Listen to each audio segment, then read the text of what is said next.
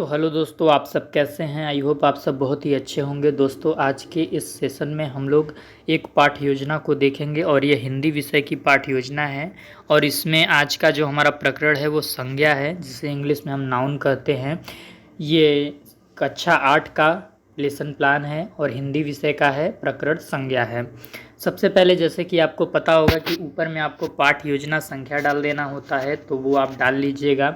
उसके बाद आपको विद्यालय का नाम डालना होता है। जिस भी विद्यालय में पढ़ाने के लिए आपकी ड्यूटी लगी थी उस विद्यालय का नाम डाल लीजिएगा। उसके बाद आपको दिनांक, जिस दिनांक पे आप इस लेसन प्लान को पढ़ाने वाले हैं वो दिनांक डालिएगा।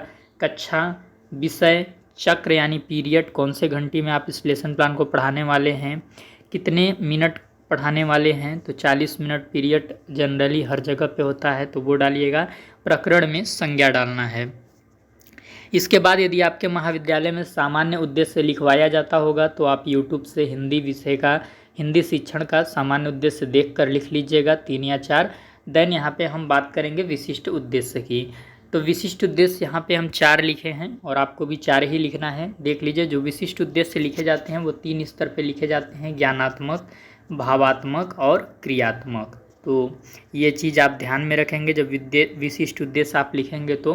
संज्ञा का विशिष्ट उद्देश्य यहाँ पे होगा, विद्यार्थी संज्ञा के बारे में जान सकेंगे, विद्यार्थी संज्ञा को समझ सकेंगे, विद्यार्थी संज्ञा के उदाहरण दे सकेंगे, विद्यार्थी संज्ञा के भेदों में अंतर कर सकेंगे।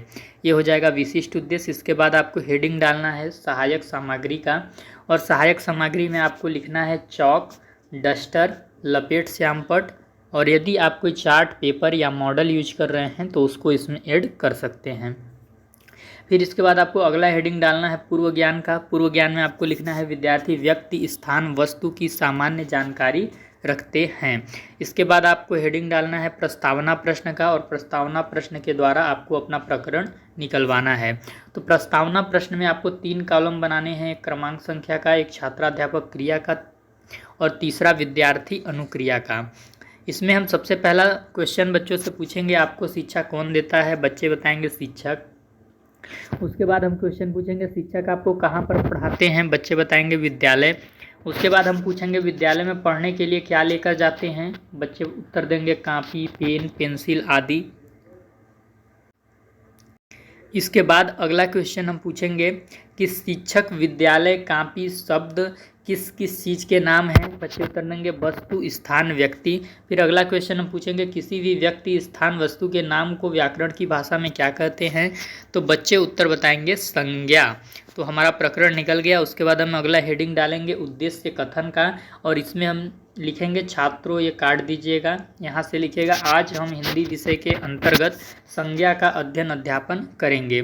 इसके बाद आपको हेडिंग डालना है शिक्षण अधिगम व्यवस्था का, और शिक्षण अधिगम व्यवस्था में आप 4 कॉलम बनाएंगे: एक शिक्षण बिंदु का, दूसरा छात्राध्यापक क्रिया का, और तीसरा विद्यार्थी क्रिया का, और चौथा आपका हो जाएगा विधि प्रविधि श्यामपट्ट कार्य का। तो सबसे पहले आप शिक्षण बिंदु में पहला पॉइंट डालेंगे संज्ञा की परिभाषा। संज्ञा की परिभाषा में आपको सबसे पहले एक क्वेश्चन बच्चों से करना है, संज्ञा किसे कहते हैं? तो बच्चे उत्तर देंगे क्या बच्चे हो जाएंगे मौन। जब आप एक क्वेश्चन पूछेंगे तो बच्चे हो जाएंगे मौन। और फिर इसके बाद आप व्याख्या करेंगे किसी भी व्यक्ति, वस्तु या जाति, भाव या स्थान के नाम को संज्ञा कहते हैं। और आपका छात्र विद्यार्थी अनुक्रिया वाले कॉलम में हो जाएगा छात्र ध्यानपूर्वक सुनेंगे और महत्वपूर्ण बिंदुओं को अपनी कॉपी में उतारेंगे। और विधि आपका क्या हो जाएगा? निगमन विधि यहाँ पे हो जाएगा, व्याख्यान विधि नहीं होगा, तो आपको यहाँ पे लिखना है निगमन विधि। निगमन विधि क्या होगा? सबसे पहले हमने क्वेश्चन पूछा और सबसे पहले हमने क्या किया, नियम बताया, और इसके बाद हम उदाहरण बता रहे हैं। तो व्याख्या में परिभाषा बताने के बाद हम उदाहरण बच्चों को बताएंगे। उदाहरण में लिखेंगे व्यक्ति का नाम राम, सीता, गीता, श्याम आदि, वस्तु का नाम पंखा, साइकिल, कार, कुर्सी, ये सब, जाति पशु, मनुष्य, पंछी, स्थान पंजाब, आगरा, दिल्ली आदि, भाव क्रोध, दुख, भूख, ये सब क्या है आपका उदाहरण हो जाएंगे संज्ञा के। तो पहले पॉइंट में आप ये बताएंगे, और पहला एक कोई भी शिक्षण बिंदु पढ़ाने के बाद आपको बोधात्मक प्रश्न पूछने हैं, तभी फिर आप दूसरे शिक्षण बिंदु पे जाएंगे। तो इसके अंतर्गत हम बोधात्मक प्रश्न पूछेंगे। पहला, राम जाता है, इसमें संज्ञा शब्द कौन है? बच्चे उत्तर देंगे राम। और विधि में हम यहाँ पे डाल देंगे प्रश्नोत्तर विधि। फिर दूसरा क्वेश्चन हम पूछेंगे सीता आगरा जाती है, इसमें संज्ञा कौन है। तो बच्चे बताएंगे सीता और आगरा संज्ञा है। फिर इसके बाद हम दूसरा शिक्षण बिंदु लेंगे। दूसरा शिक्षण बिंदु हमारा है संज्ञा के प्रकार। इसमें सबसे पहले हम एक क्वेश्चन पूछेंगे, संज्ञा के प्रकार बताइए। बच्चे हो जाएंगे मौन, और इसके बाद हम मतलब की व्याख्या करेंगे, बताएंगे बच्चों को कि प्राचीन हिंदी में संज्ञा के 3 प्रकार बताया गया है, परंतु आधुनिक हिंदी में संज्ञा को 5 भागों, और यहाँ विधि में आपको निगमन विधि लिखना है, 5 भागों में विभाजित किया गया है। व्यक्तिवाचक संज्ञा, भाववाचक संज्ञा, जातिवाचक संज्ञा, द्रव्यवाचक संज्ञा, समूहवाचक संज्ञा। फिर इसके बाद इस शिक्षण बिंदु में हम बोधात्मक प्रश्न पूछेंगे, संज्ञा कितने प्रकार के होते हैं। बच्चे उत्तर देंगे 5। फिर दूसरा क्वेश्चन हम पूछेंगे, संज्ञा के 5 प्रकार में से 3 के नाम बताइए। तो बच्चे बताएंगे व्यक्तिवाचक संज्ञा, भाववाचक संज्ञा, जातिवाचक संज्ञा। विधि में हम यहाँ पे लिखेंगे प्रश्नोत्तर विधि। फिर इसके बाद हम तीसरा शिक्षण बिंदु पढ़ाना स्टार्ट करेंगे। हमारा तीसरा शिक्षण बिंदु रहेगा व्यक्तिवाचक संज्ञा। इसमें हम बच्चों से क्वेश्चन पूछेंगे, व्यक्तिवाचक संज्ञा किसे कहते हैं। बच्चे हो जाएंगे मौन, और फिर इसके बाद निगमन विधि से हम पढ़ाएंगे। तो यहाँ पे विधि में हम निगमन विधि डाल लेंगे। हम व्याख्या करेंगे, किसी विशेष व्यक्ति, स्थान या वस्तु के नाम को व्यक्तिवाचक संज्ञा कहते हैं। उदाहरण दे देंगे हम आगरा, हिमालय, एशिया। और फिर इसके बाद इस शिक्षण बिंदु में हम बोधात्मक प्रश्न पूछेंगे। यहाँ पे हमने बोधात्मक प्रश्न ओनली 1 पूछा है, लेकिन आप 2 कम से कम पूछ लीजिएगा। मैं एक गलती से नहीं यहाँ पे लिख पाया हूँ, लेकिन आप 2 पूछिएगा। बोधात्मक प्रश्न में रहेगा व्यक्तिवाचक संज्ञा के उदाहरण बताइए। बच्चे उत्तर बोलेंगे सीता, गंगा, नदी। ये सब क्या है, व्यक्तिवाचक संज्ञा के उदाहरण हो जाएंगे, सीता, गंगा, नदी। और यहाँ पे विधि में आपको लिख लेना है प्रश्नोत्तर विधि। क्या लिखेंगे विधि में आप, विधि में आपको लिखना है प्रश्नोत्तर विधि। ये चीज़ आप लिख लेंगे।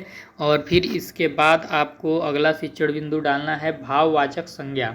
भाववाचक संज्ञा में सबसे पहले हम बच्चों से पूछेंगे, राधा रो रही है, इसमें रोना शब्द से क्या बोध हो रहा है। तो बच्चे उत्तर बताएंगे भाव का बोध हो रहा है रोने से।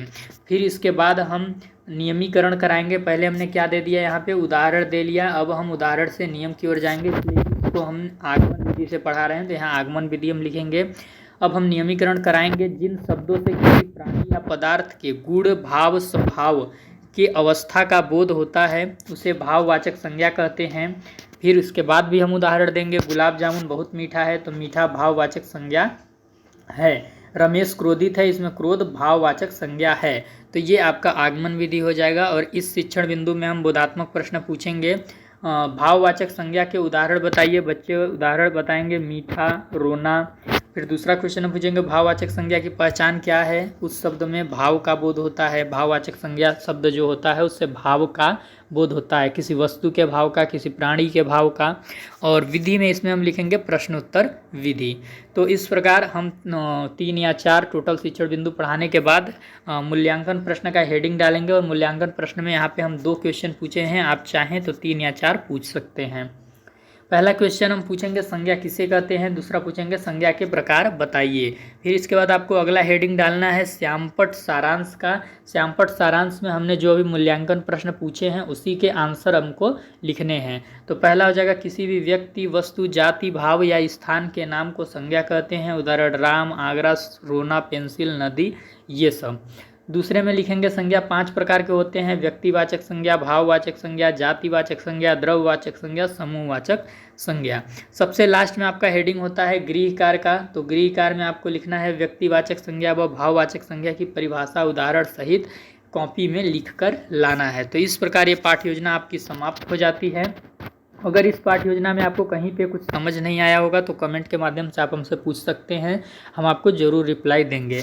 और यदि आपको ये लेसन प्लान अच्छा लगा हो तो इसको बीएड के जो और भी छात्राध्यापक होंगे या चाहे फिर बीटीसी के होंगे तो उनके पास इस वीडियो का लिंक शेयर कीजिएगा। और चैनल पे यदि आप नए हैं तो चैनल को ज़रूर सब्सक्राइब कीजिएगा। वीडियो के डिस्क्रिप्शन में आपको टेलीग्राम चैनल का लिंक मिलेगा, तो आप टेलीग्राम चैनल को ज़रूर ज्वाइन कर लीजिएगा। यदि इस पाठ्य योजना की पीडीएफ आपको चाहिए तो आप टेलीग्राम चैनल को ज्वाइन कीजिएगा, वहाँ पर आपको इसकी पीडीएफ मिल जाएगी।